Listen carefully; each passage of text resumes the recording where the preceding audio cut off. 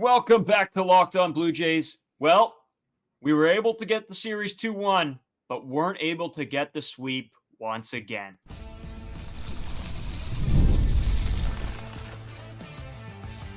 You are Locked On Blue Jays, your daily Toronto Blue Jays podcast.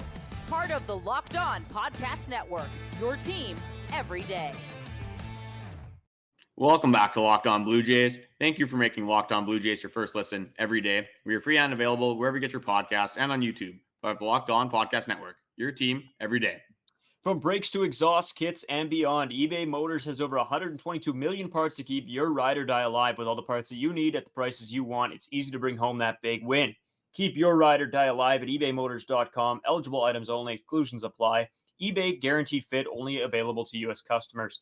Welcome back to another Monday episode of Locked On Blue Jays. We are pumped to be back. It was a pretty great weekend of baseball, honestly. I was pretty happy with how things went watching all the games.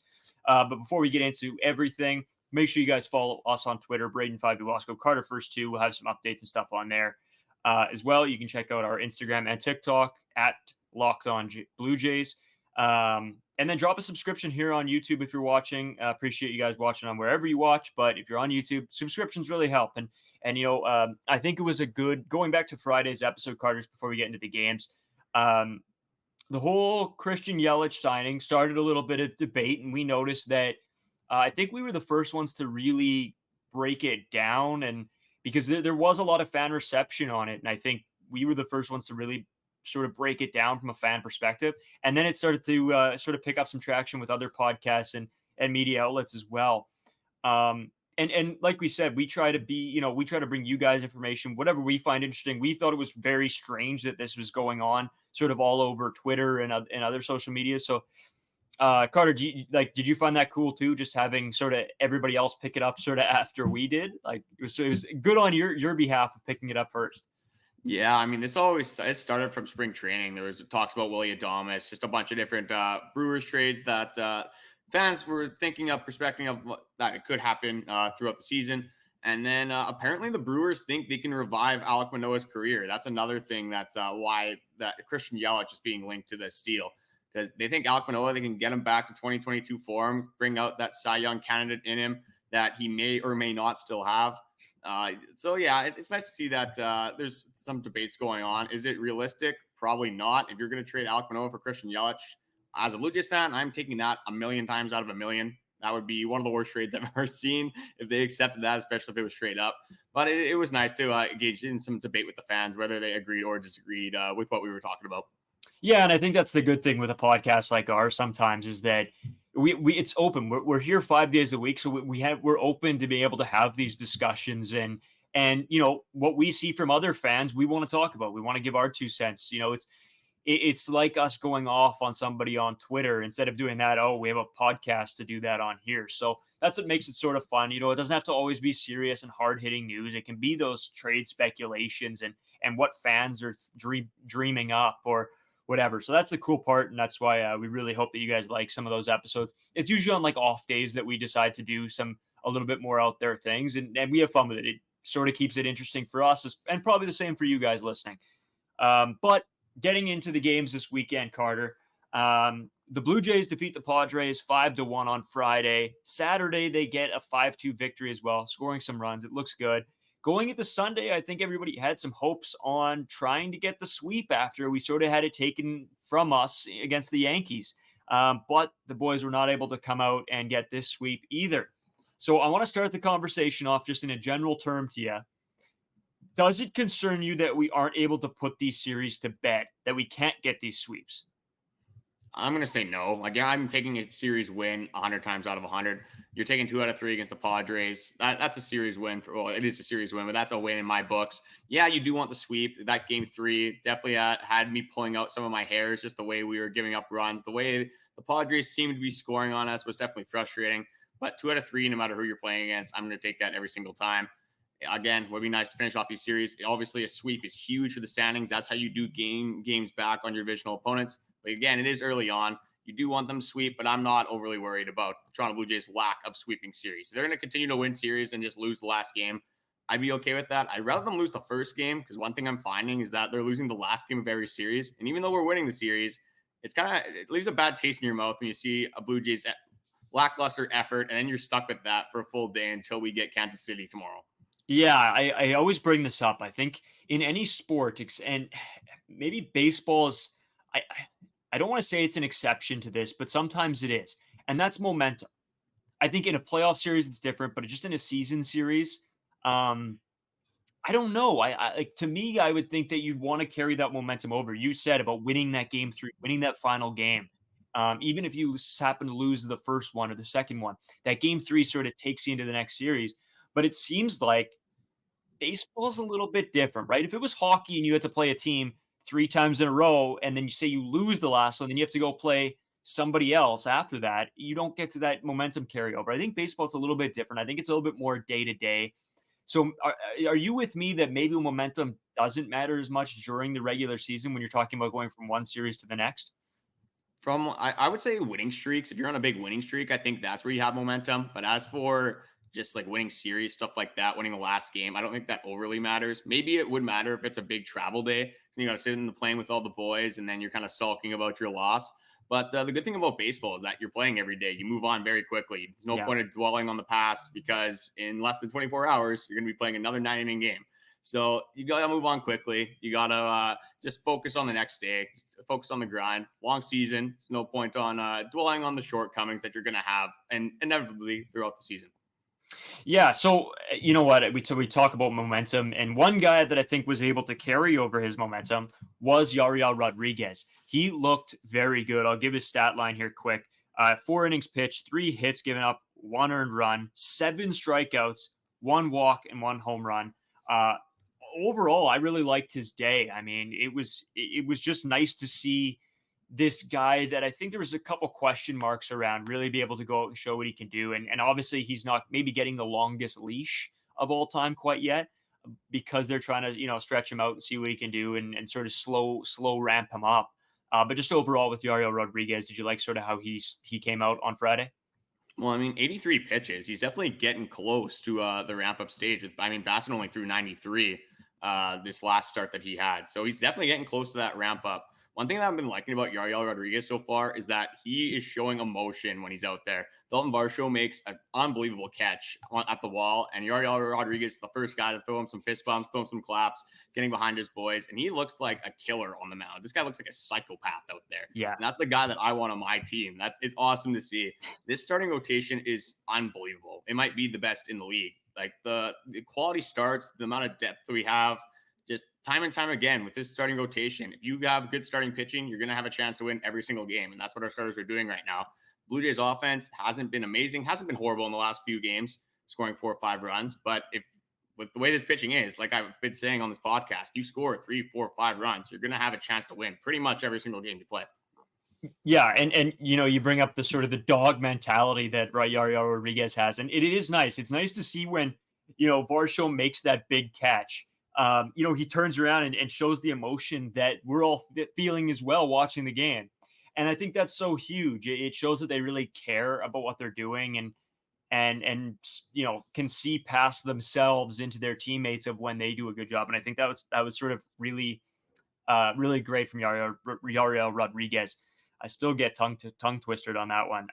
Another big day on Friday from Justin Turner as well. This guy might be Jesus himself. I really don't know. He is God with this Blue Jays team. He's an absolute pitcher's nightmare, because this guy gets in an 0-2 count and he's fouling off at least 3 more baseballs. Like you're not getting Justin Turner in a 3 pitch. You're throwing him at least 5, 6, 7 pitches. He's fouling off everything. He's so annoying, so pesky to deal with. That's why I love watching him. I love watching his at-bats. He's very quick to the ball, especially in those 2-strike counts. Gets his hands around very quickly, very quick to make contact with the ball, and that's why he's able to reach these high fastballs, low breaking balls, whatever it is. Just extending counts, making pitchers throw more pitches, allowing his teammates to see more pitches. Justin Turner, what a signing from this offseason. I know when he came in, like, this guy's 39 years old. What's he going to do? What's he going to do? He's probably the best hitter on the Blue Jays right now. There's a couple of guys that you could argue with that, but Justin Turner, Probably better than all of us expected. I was hoping if we got Justin Turner career averages, I was going to be happy with that. So far, blowing my expectations out of the water. Love seeing this guy play baseball. Yeah, he's a fun guy to watch, and I think that's what he sort of has the characteristics that I think we wanted Bo Bichette to have this season of being that pesky hitter, that hard person to get out every time he comes up to the plate. You're like, oh my goodness, he could hammer a ball the other way, he could hit a home run, he could foul off 19 pitches and still end up getting on base. It's He's exactly what this team needed. And like you said, I think me and you called it, honestly. We said we liked the signing of Justin Turner. We bring this up every time, but when we talked about this, we got a lot of backlash of saying this guy's too old. This doesn't fit the mold of what the Toronto Blue Jays are trying to be. But I think when we look back at it, I think we hit the nail on the head with this one. Like I don't want to give myself too many pats on the back, but this was a fantastic signing overall. Oh, and he's coming in big spots as well. When one thing that the Blue Jays did in this first game that I really liked is that they took advantage of a miss coming from the Padres. Xander Bogaerts hits a Bo Bichette ground ball, double clutches it, doesn't get him out at first. Then you get a Vladdy single, and then you get a Justin Turner single. You're scoring 2 runs. You got to make teams pay for when they're making errors, making mistakes on the field. That's one thing I seems like the Toronto Blue Jays don't do very often because they love leaving runners in scoring position on base. But finally today, you make them pay. You get some hits. You get some timely hits, clutch hitting, driving some runs. You'll love to see that, especially from your big guys like Vladdy and Justin Turner, the guys that are at the top of your order, the guys that you want to be doing damage. Definitely nice to see them coming up clutch and driving in runs. Yeah, and to be honest with you, I think my favorite part about watching this game was that we got 11 hits, and that is just it's just way better baseball to watch when these guys are going out and you're thinking, okay, we might go through 7 batters this inning instead of 3 guys up, 3 guys down, 4 guys up, we get a runner on 2, and you're like, that guy's not coming in. Well, this game was a little bit different, and you're completely right. It was just a more exciting game to watch. Even if we're not killing teams, it's when you're getting up those 8, 9, 10, 11 hit games that it really is a fan. It's just way better baseball to watch. Yeah, Carter, overall, the Friday game, let's give your final thoughts. We got 3 games to get through, so I don't want to be hung up too much on each game, try to stretch this out, but one final thought to sum up game 1. Sum up game 1, complete effort. I liked what the boys put out on a Friday night showing. One thing I do want to bring up is about Matt Waldron. Just I thought it was interesting on the broadcast. It seemed like he had a little bit of a Kevin Gausman situation from last year going on. He has 4 starts so far this year. The Padres have given him 5 runs in those 4 starts. That's not going to win you baseball games. I feel bad for the guy. I don't think he had a bad outing whatsoever. It's fun to see a knuckleballer. You don't see that too often nowadays, especially with R.A. Dickey being an ex-Blue Jay. Seeing a knuckleball in the game is it's a lot of fun to have it switched up a little bit. But yeah, it's Matt Waldron. Hopefully he can finally get some run support because we definitely know what it's like with watching Kevin Gausman last year struggle with that, going 7 innings with 1 earned run and getting a no decision. It's ridiculous. Yeah, and you know what you brought up about Waldron is so electric. I know this was one of the games I was the most excited for because I want to see more knuckleballers. It's so rare. And R.A. Dickey was one of my favorite pitchers of all time. And, not having guys like that in the league anymore, it's sort of a disservice to the game. It's something interesting. Every at-bat's different because nobody has a hot clue about where this baseball's going. That's the fun part. So, I think just to sum up for me, Friday was just fun baseball. It looked like fun baseball. There was hits, there was pitching, there was, a little sauce in there with the knuckleball. There was a little bit of everything. And I think that's, especially in game 20 of the season or around there, it's fun to have games like this that you just really had fun watching as a fan. When we come back, Carter, of course, still got Saturday's game to recap. We got Sunday's game to recap. We got some updates. And of course, we have the series preview. We'll get into all that and more next. Take care of all your vehicular maintenance needs with our partner, eBay Motors. eBay Motors is everything you need to maintain your vehicle and level it up to peak performance. From superchargers, roof racks, exhaust kits, LED headlights, and more, whether you're into speed, power, or style, eBay Motors has got you covered. With over 122 million parts for your vehicle, you'll always find exactly what you're looking for. And with eBay Guaranteed Fit, your part is guaranteed to fit your ride every time or your money back. Because with eBay Motors, you're burning rubber, not cash. eBay Motors is awesome. They're super easy to deal with, very knowledgeable. Their experts give great advice, and it's very specific to what you need, not just a generalization, not just trying to get you in and out. They take the time, they get into detail, they actually care about your needs, and they want to see your ride or die stay on the road for as long as possible.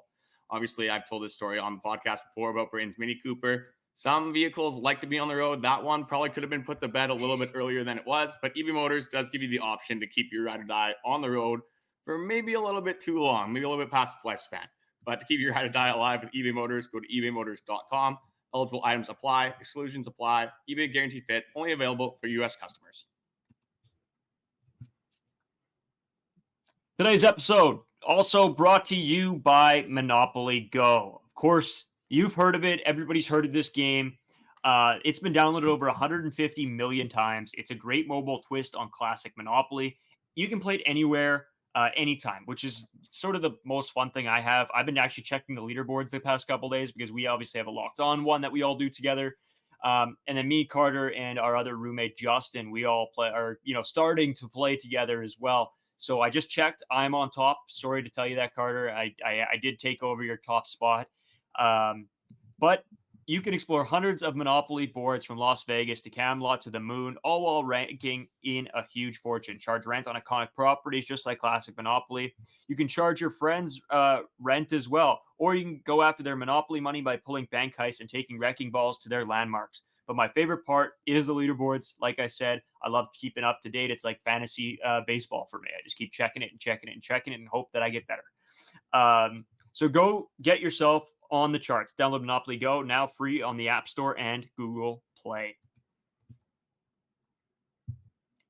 Carter, one thing I wanted to bring up just before we quickly get into game 2 here. Of course, huge Canucks win. Vancouver Canucks take game 1 over Nashville. It was an electric comeback in the third. Rep the jersey. Love it. As well as the Winnipeg Jets got a victory against Colorado tonight.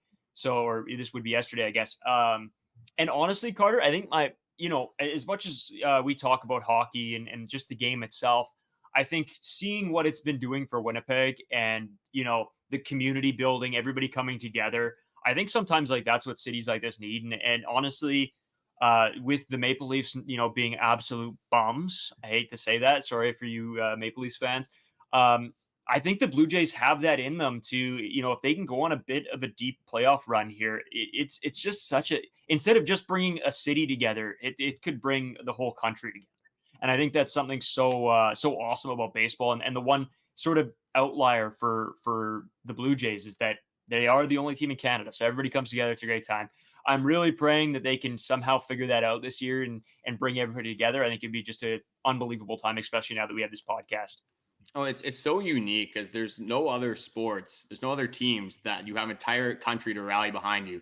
And I think that's what a lot of players don't realize when they come to Toronto and they come and you have all of Canada at your disposal. So it seems like whenever players come here, they really enjoy the culture, they enjoy the fan base, they enjoy all the facilities, everything like that. So it's all been positive experiences. I think it would be awesome to have 35, 40 million Canadians behind you, just cheering you on, being just praising you like you're God. It's awesome. It's so funny with how into it Canadians get, especially with their baseball. Like hockey, obviously Winnipeg was going crazy today, especially with the game they had. That was absolutely insane.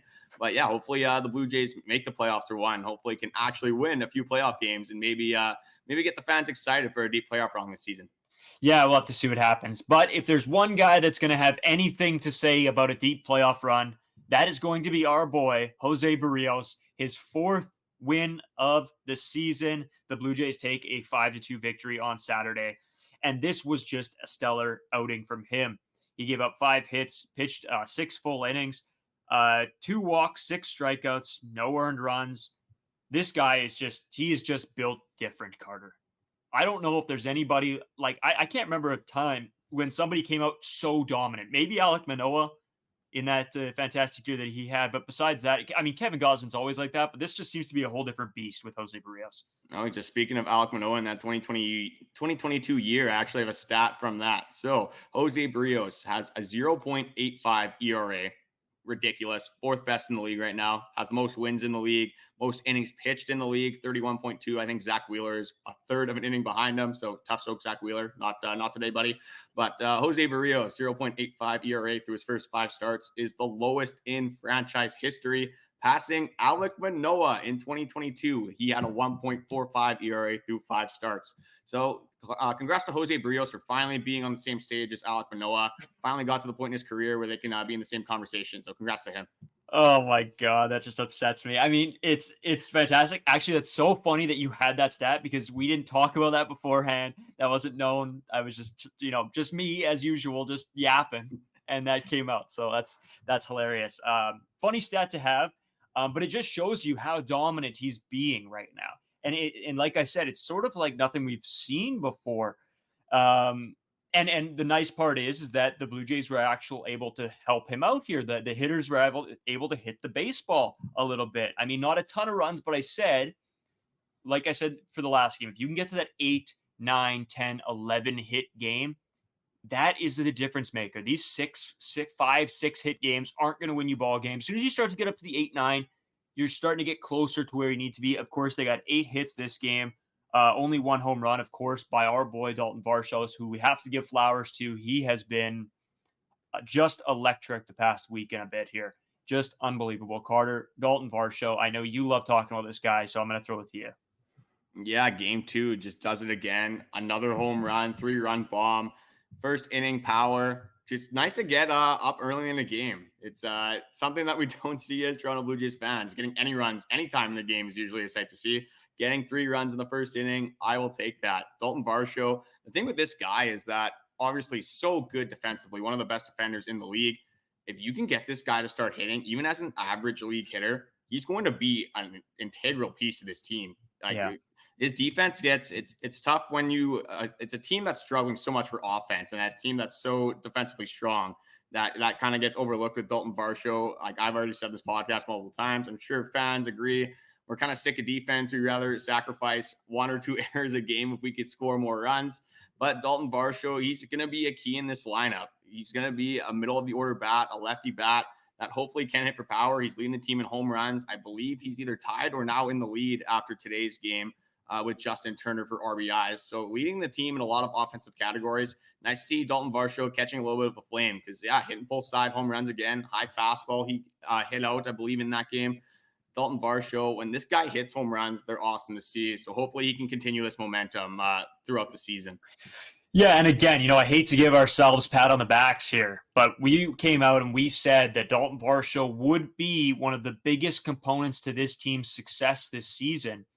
And so far, he's proving that. I think if our superstars could actually start playing like superstars, and I think we're starting to see a little bit from Vlad now, but if the superstars can be superstars, you maybe give Varsho a little bit of room to not have as many eyes on him right now. But because everybody else is struggling, and so was Daulton Varsho, I'm going to say, because I got to give him his props. He's been really, really good the past few games.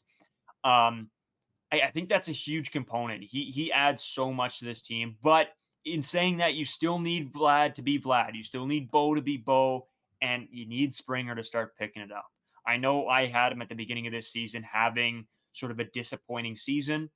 Of course, I didn't pray for that, but it happens, and I'm praying that I wasn't the one to talk it into existence. But it's sort of what we're looking at right now. So we need these guys to pick it up. I think just overall, we talk about that this team needs to be better, but I think we're starting to see glimmers of hope here in the past couple series that it can continue forward. Carter, I want to throw it to you. Is there anybody else that really stood out? I want to talk about Vlad yet, but anybody specifically otherwise that stood out to you from from game 2? I just wanted to add one more thing about Varsho. This goes like a human highlight reel this entire series, whether it was defensively, offensively, on the base paths. He's so smart on the base paths too. Like he's literally a 5-tool player when he has his back going. So such an integral piece of this team. Randy Vasquez, that's the guy who was pitching for the Padres instead of Yu Darvish. I'm sorry. I know he's not a regular guy. He was horrible. He was so bad. So many balls went to the backstop. A lot of balls just weren't even like, it would be a 2-2 count, and he tried to be making a strikeout pitch, and it wouldn't even be close to the strike zone, getting hit left, right, and center. But again, it's not a guy that's in their starting rotation. Other things, the Padres defense I noticed in this game. I don't know what was going on, but especially Fernando Tatis, he's so fun to watch. But he's also, I can see how he'd be definitely frustrating because one inning he ranges, I will swear, like across the country, it looked like, and somehow makes a sliding catch. And then he gets a ball hit to him. Probably just should have played on a one hop. I don't even know what he did. He almost looked like he was scared of the ball, gets by him, turns into a triple for IKF. A play that should be made, doesn't make it, then makes a spectacular catch like that. I mean, another jumping catch in one of the games today. He's definitely fun to watch, but an up and down player for sure. Reminds me a little bit of Bo Bichette in some senses. I think Bo Bichette's a little bit more consistent, but with the defensive statements here, defensive errors that Fernando Tatis has, maybe we'll see a little bit of comparisons down the stretch. Hopefully not. Hopefully Bo Bichette can continue the good defense, but I always like watching these stars, especially guys that are flashy like Tatis. You only get to see them a couple times a year, so it's always nice to see superstars come to Toronto. Yeah, and you know what? Going back to that play, I know when we were watching, you almost think just take another step, and you have that ball. It really just didn't make sense to me whatsoever. I feel like that's a play you figure out very early on when you're playing baseball. Is you have to make a decision. If you're going to go all out for that ball, then dive. But if you're not going to go all out for it, then play the one hop and throw it back in. Save yourself some pain down the road. But instead, he does sort of that middle wait. I don't know what I'm doing. Should I go? Whatever. And that's what really ends up hurting you, right? So very, very weird play. I know it was sort of blowing me and Justin were watching, and it sort of just blew our minds. We were both a little bit confused. And the fun thing after that was we had 3 straight strikeouts. Guy on third base, no outs, 3 straight strikeouts, typical Blue Jays fashion. But we still have a lot more to talk about. These weekend series, it feels like we fly through these podcasts, and we still have only covered 2 games, and we're 27 minutes in. But always a lot going on over the weekend. Before we do head to the third game and the series preview, I wanted to shout out our Locked On 24/7 streaming channel. NHL playoffs in full fruition here. I love the first round of playoffs in any sport, honestly. So many games. You got to go on the TV. There's always something on. And our experts are always going to be analyzing the playoffs throughout the entirety of these NHL playoffs. So you can view this at 7 a.m., 7 p.m., whenever you like. Just go to Locked On streaming channel or the Amazon Fire channels. You can watch it on either one and tune out into our 24/7 streaming channel. We're going to get into the series preview and the game 3. Just some of the games. There's some of the plays that happened, storylines, some of the personal performances we had. We'll get into all that coming up. Today's episode, of course, brought to you by FanDuel. It's playoff time in the NBA and NHL. Baseball's in full swing, and FanDuel is your place to bet on every game. As you guys know, Canucks fans, I threw a bet today on the Canucks and Jets to win, and the Canucks came through, pulled it out for me. I won a decent amount of money, so I'm pretty pleased with that, pretty pleased with FanDuel. I lost a few bets as well, but that was my big one, so I ended up making it all back plus, so I'm pumped. So right now, new customers can get $150 in bonus bets guaranteed. That's $150, win or lose. Bet on everything from slap shots to home runs to slam dunks, all on an app that is safe, secure, and easy to use. That is my biggest thing. I say this all the time. It's very tough to make sure that you're not going to be getting, infiltrated. Your account's not going to get hacked, especially on all of these apps. FanDuel is the best place for this. I always feel like I know where my stuff is. I know my passwords aren't getting shared, stuff like that. That's why I trust FanDuel the most. What are you waiting for? Visit FanDuel.com/lockedon and make your first bet an automatic win. FanDuel, America's #1 sportsbook. So, Carter, we got tons to talk about. I mean, this episode, I feel like every Monday is just jam-packed. You said it. It is just a whirlwind. It seems like we're trying to figure, okay, what do we talk about today? What can we wait on? What can we, save for a future episode? And there is so much. But there's some things that we have to get to, you guys, because it's just happened, or it happened on Saturday or Friday or whatever. And I know you wrote down a few things that you wanted to bring up, including, I want to start here. Our boy, Mitch White, is gone. Yeah, obviously got DFA'd, bringing up Jordan Romano and Eric Swanson. But we actually do end up getting something in return for Mitch White, even though it's not a ton, but something's better than nothing. So I guess the Giants, they love all of our scraps with Otto Lopez. They have him. Jordan Hicks, definitely not a scrap, but he went over there as well. A ton of players going to the Giants, and Mitch White is joining them. So Mitch White gets traded to the Giants for cash considerations. Again, pretty much a nothing burger. Just getting something back for him is a win in the Toronto Blue Jays books. I think Mitch White didn't really pitch bad. I think this year pretty much did what you would expect from Mitch White. It's just we have such a deep bullpen, such a deep system for a bullpen in AAA. Starting pitching's deep as well. It's not enough room for Mitch White. One other thing that happened, we talked about on this podcast, was why Eric Swanson went in against that Yankee series. Why Chad Green wasn't available, and this is the reason why. Chad Green was placed on IL with a right teres major strain. So he's on the 10-day IL. Nate Pearson is called back up in the corresponding move. So again, playing with Nate Pearson a little bit here, pitched unbelievable, then you send him down. Then 2 days later, you call him up again. Kind of messing with him a little bit after having that success, and then goes out today. Not a very great game today from Nate Pearson. But again, another pitching injury. This one's tough. Ricky Tiedemann underwent an MRI after experiencing left elbow discomfort. It's only a 7-day IL, so nothing serious. But from a guy that's had injury concerns in the past, definitely something we'll have to monitor throughout the season. But I guess we'll just get into game 3 here. So we got something that happened right in the first inning. I don't know what George Springer was doing here. This is a routine base hit to right field, and George Springer just whiffs on the ball. I don't know what else to say, honestly. It's just it's a play that he's gonna make every day. He'll probably be the first one to tell you that he screwed up. I guess we got to overlook it, but it sucks when that error is in correlation with a run you get down early in the game. Braden, what do you take from this play that George Springer had so early in this game? Yeah, I mean, it's so tough, right? Because George Springer is a fielder that you trust out there most of the time. I think it's something that you have to overlook. You have to think in 162 games that something is going, at some point, somebody's going to have a brain fart. They're going to not, maybe do the proper thing. And this might just be George Springer's. I hope. I can't see this being a season-long thing that this continues to happen to him, but it's also tough to see when he does a play like this and he's also not hitting well. I think that's sort of nail in the coffin a little bit, where it's like you're more upset about it because he's not producing at the plate for you. And at the end of the day, this stuff happens to a lot of guys, like we just talked about. Fernando Tatis had it sort of somewhat of the same thing happen to him. So yeah, I take it with a grain of salt. It's just upsetting as a fan. Yeah, this was the gift of giving, unfortunately, for the Toronto Blue Jays, because we were giving up runs left, right, and center and giving them out for free. 2 walks with the bases loaded. Danny Jansen, a ground ball would have got the out. It would have been a 3-2 game. That run ends up mattering. Catcher's interference just can't happen in that situation. You have bases loaded. You have 2 outs. You have a ground ball. You're getting out of the inning. You can't put your glove up that far. Take a half step back, whatever it is. Don't lean into the pitch. Don't go out as far to try to catch the pitch. Cost the Jays a run. Ends up mattering in the end. Just some unfortunate times. You have the George Springer error. That's 4 runs right there. You give up pretty much for free to the San Diego Padres. On some positives, though, Davis Schneider home run. Always nice to see. 3-2 count. A high fastball looked like. So that's always nice to see him. A pitch that he normally struggles with. Ernie Clement. How did he hit this pitch? It's almost at his head. And again, it's only 91 miles an hour or whatever. He gets to it and pulls it down the left field line.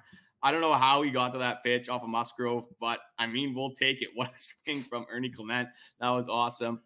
Chris Bassitt, another good start, in my opinion. Struggled with his command, but again, Chris Bassitt actually said, pitching is a grind. You got 10 games where you're usually on it. You got all your stuff. 10 games where it's not bad, kind of in the middle. And then 10 games where you don't have it at all and you got to struggle through it. I think that was one of those games for Chris Bassitt. But when he doesn't have his stuff, doesn't have his command, and he can still give you 5 1/3 innings with only 2 earned runs given up, that is quality from our third starter in Chris Bassitt, which is crazy that he's our third starter putting up these numbers. Just a great game again from Chris Bassitt. Just seemed like everything was kind of going against the Blue Jays for this game. Again, tough losing the last game of a series. Get a little bit of a sour taste in your mouth. But overall, with this game, I didn't hate the at-bats. I just think Joe Musgrove is a good pitcher. You got to tip your hat to good pitching sometimes. It's baseball. It's tough to win all the games. 2 out of 3 against the Padres. Good team on paper. Not as good again. Start to the season. Now they're a couple games below 500. But overall, I think this was a pretty good series against the San Diego Padres. Yeah, I'm with you, and I bring it back to what I said earlier in this episode a few times. Is you need those games where you get the 8, 9, 10 runs or hits, and this game you got 6. It's not what you need. You can't rely on 2 home runs to do the job for you, and 2 guys, because Davis Schneider has 2 RBIs. A good day, I think I want to call it the Carter first mentality, where it's a home run. It's 1 for 3 with a home run, or 1 for 4 with a home run. I keep going back to that from an episode where you said that. And it works every time. It works. Well, usually we didn't win this game, so I guess not. I mean, David Schneider, like you're looking at up and down this lineup, 1 for 3 with a home run. I think he got a sacrifice fly was the other RBI. That ground out. Yeah, that's the best right there. That's the best on the team. So you're taking it. You got to take it. If everyone goes 1 for 4 on the team, that's at least 9 runs. That's with a home run, right? So there you go. Fair enough. You know what? And realistically, him and Ernie, they do this all year. I feel like they maybe aren't your standout best players, but man, they get the job done. And these are 2 guys that I just want to continually see more of. It's weird. I sort of put them in a different category. It's like you got your superstars, you got your guys, not your prospects, but your young guys that you really want that you think should do much better, like a Daulton Varsho. And then you got these 2 where they're sort of just there doing their job, doing what they have to do. And for some reason, I feel like they're our best players in the team. They're the role players, making definitely a huge impact on this team. It's nice what they've done in such a small sample size. We have a ton more games to watch these guys play baseball. Yeah. And I love their dynamic on the in the dugout, on the benches as well. It always seems like they're side by side, attached to the hip. Roommates. Well, they live together. Yeah, roommates as well. So it's definitely nice that at least they like each other if they're living together. That's right. Well, you'd hope anyway. We hate each other. Yeah, and we live together. It's not great in this apartment. So especially with them, they have to work together too. It probably wouldn't go too well if they had the same relationship as me and you. But I guess we'll go into this Royals series. Usually when you get the Kansas City Royals, I'm pretty excited about it. Usually you think you kind of run over them. They haven't been bad this year. I think they're 3 games over 500. They might even be 4. I think they played the Orioles. I think they dropped that series to the Orioles. Orioles are a good baseball team.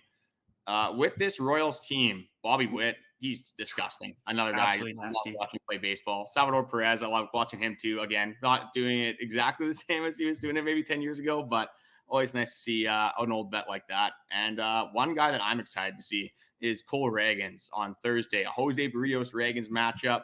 Sign me up for that. There might be only 1 run in that entire game, but it'll be a pitching duel. It'll be a good matchup. But Braden, I will give it to you for all of the pitching matchups for the series. Yeah. So of course, today we have Yusei Kikuchi versus Singer. Yusei Kikuchi posting a 2.08 ERA with Singer posting a 1.54. So this should be another heavyweight matchup. This series, I think, is going to be very good. It seems like you got your guys that you want pitching. You got your almost your top 3. But Kikuchi, you could almost put him up there right now. Then you got Walker versus Gausman. Gausman posting obviously an ERA that you want to see, an 8.16 versus Walker with a 3.75. But we all know Gausman's going to come back and he eventually is going to take that ERA right down anyway. And then on Wednesday, you got Rodriguez versus Marsh. Marsh sitting at a 4.32, Rodriguez at a 2.46. And then, of course, you got Berrios versus Ragans game 4. So this should be a very, very interesting 4-game set here, Carter. Before, we don't want to go too heavily into each game because we have a lot of days coming up here, a lot of podcasts. We want to go a little bit more in depth. But of course, we have to get our series and game predictions. So Carter, I want to throw it to you first. Which games are the Blue Jays winning? Which games aren't they? Before I go into this, I'll quickly recap our last series predictions. You actually had a clean sweep, getting it exactly right, getting the 2 wins off the start, and then a loss in the last game. I had the series right, but I had us losing the Yariel Rodriguez game compared to the Bassitt one. So I only get 2 points. You get 4. So you are up 14-10. So a 4-point lead. Decent at this point of the year. Only 22 games in. You're starting to pull away a little bit. Hopefully I can bounce back here. I don't know how to feel about the series. I haven't watched a lot of Royals baseball this year because normally I just write them off. I don't really think about them too much. But a team that's over 500, giving teams a little bit of a hard time. I'm pretty sure they've played the White Sox. So, I mean, they're pretty much free wins a little bit there. You can't really count those for the Royals. But looking at these pitching matchups, Brady Singer, for me, this guy's on fraud watch. I think this is going to be an L for Brady Singer. Yusei Kikuchi is going to continue his dominance, probably give you 5-6 innings, 10, 11 strikeouts. It's going to be ridiculous. Get ready for that. Brady Singer going to get lit up. So the Blue Jays going to win that game. Kevin Gausman versus Michael Wacha. On paper, you'd think this is the easiest matchup, but this is the classic. Kevin Gausman gets no run support. We're going to lose this game. I think the Blue Jays bats are going to go cold. Michael Wacha is going to look like prime Cy Young all of a sudden. It's going to come out of nowhere. Again, he's not pitching bad this year. He's not horrible, but I think he's going to pitch way out of his actual skill set in this game. Going into game 3, Yariel Rodriguez, Alec Marsh. This is probably the game that is the most 50-50 for me. I think I'm going to put it up to a loss, though, for the Toronto Blue Jays again. I'm going to go with a split 2-2 here. Jose Berrios, Cole Reagan's going to be going down to the wire, but I got Jose Berrios. He has been unbelievable this year. I don't know how you could even bet against this guy the way he's been pitching. So I got a 2-2 split, Braden. What do you got? Yeah, well, I'm going to actually go with the same thing. I think Singer is an absolute fraud. So I am going with a win for Yusei Kikuchi. He's too good to bet against. So I'm going with a win in the game 1. Game 2, I'm backing Gausman here. I think the boys are going to show up for him. I think he hasn't been his prime self quite yet this year, and I think he's coming back to that. And I think this game will be the game that sort of puts the defining stamp on his return. Game 3, the Yariel Rodriguez game, I'm actually going to give this one a loss. Just because I don't know how this one is. I think, like you said, 50-50, I'm sort of flipping a coin here. And I figured they got to lose one probably, so this one might be it. And then I'm going with a Jose Berrios win, continue to be the dog that you are. So I'm going with a 3-1 Blue Jays series win. All right, so I got to ask this question. The Blue Jays, they get that 3-1 series win. That'd be 5 series wins in a row. Are the Blue Jays back? Would you say they're back if they beat the Orioles in a 4-game series, 3-1? You know what? I was debatably going to say that coming into this podcast, but I thought, you know what? I don't quite have that belief in me yet. Maybe if they would have gotten one of the sweeps, I might have been all in. I think if they can secure this series win as well, there might be a tweet from my Twitter account that says the Blue Jays are back. So you can put that, if you see a tweet from me, you know the Blue Jays have won this series. And hopefully I actually get to put that tweet out. See, for me, I think this pitching staff is somehow even better than it was last year. Like, especially starting rotation-wise, bullpen, that could be more up for debate. I'm not convinced by this offense yet. I don't know. I think the Blue Jays, we've been winning games, scoring 4 or 5 runs, which is okay. But it's tough to be consistent like that. You're going to get some games where your pitchers are going to struggle. I don't know if this offense hasn't figured out yet. Bo Bichette, I don't know how his at-bats are looking. I don't think he's been that good. You said George Springer, again, not very good at all. Vladdy, it's so weird with Vladdy. One at-bat, he'll look unbelievable, and then he'll swing at 3 junk pitches and strike out or roll over on like a changeup or something. So I'm not fully in on this offense yet. I think we need a couple games where they throw up 7, 8, 9 spots, kind of get some big run totals up on the scoreboard. If they can start blowing out the Royals in a couple of games here, I'll get back on the train as well. But I need to see this offense explode before I'm anywhere near back on the Toronto Blue Jays.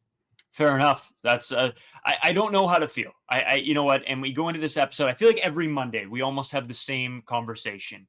Is how good is this team? Do we feel like that they are where they need to be to make any type of run this season? And I know it's early.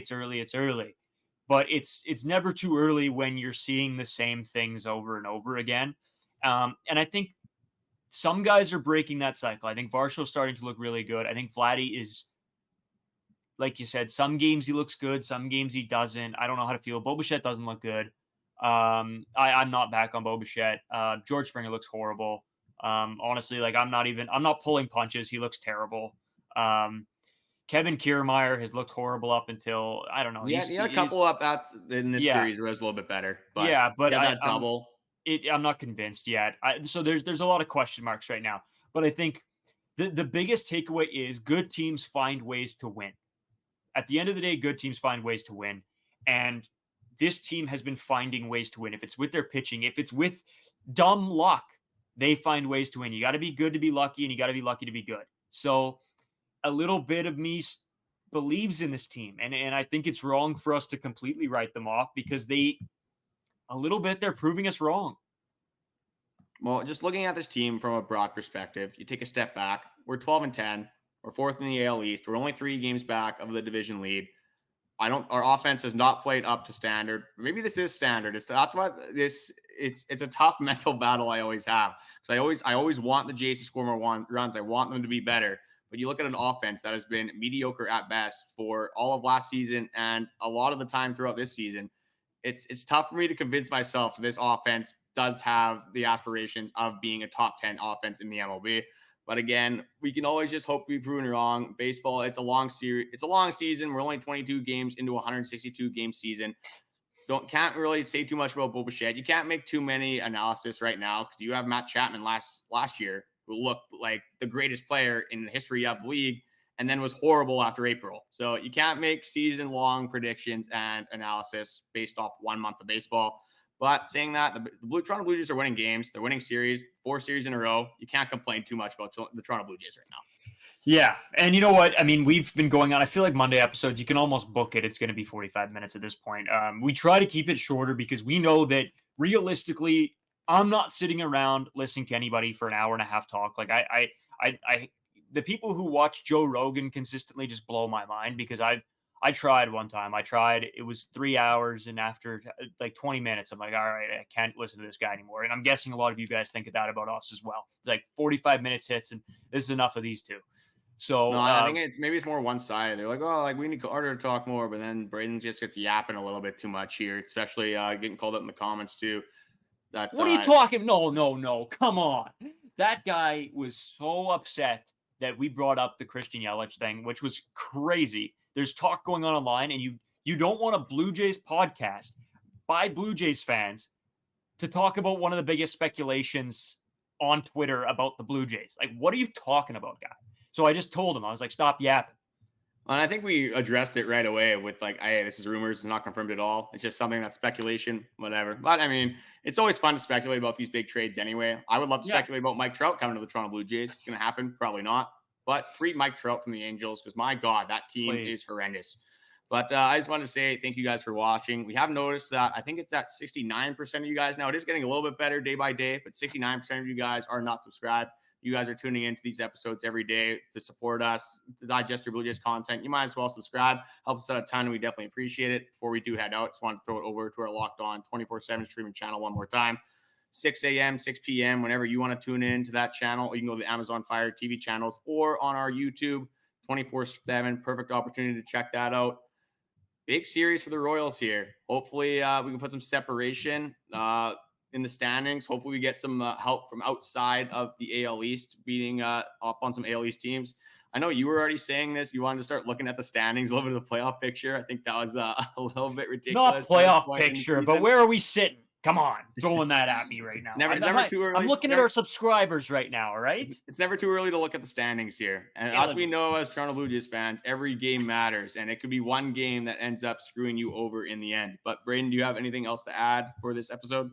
No, but you know what? I gotta give the fans credit here a little bit though. 65% of you guys now aren't subscribed that are watching. There you go. So we're getting up there. We're getting up there. I think we started at 80 or something like that. So yeah, I mean 15%. That's pretty good. At least they're listening to us. We got a little bit of influence here. Yeah, no, you know what? I love looking over the analytics because it shows us like a whole bunch of nonsense that I don't know what it means. So there's the one thing I actually know what it means is that like how many people are subscribed. The rest of it is just a numbers numbers. Guy, you love the analytics for some reason. I know. I always say that. Like I'm a big eye test guy, and then I'm reading numbers. Like, what am I doing over here? Let's get out of here. Going through his analytics like it's TikTok, just on their screen time's 4 hours on the YouTube analytics. What are the odds? I got to check it one time, see what it is. I bet you it's actually on the podcast. Jesus. If it's over like 20 minutes, then you have a problem. I'll be honest. But I think on that note, we will see you guys tomorrow. God, thanks for watching. Let's get out of here.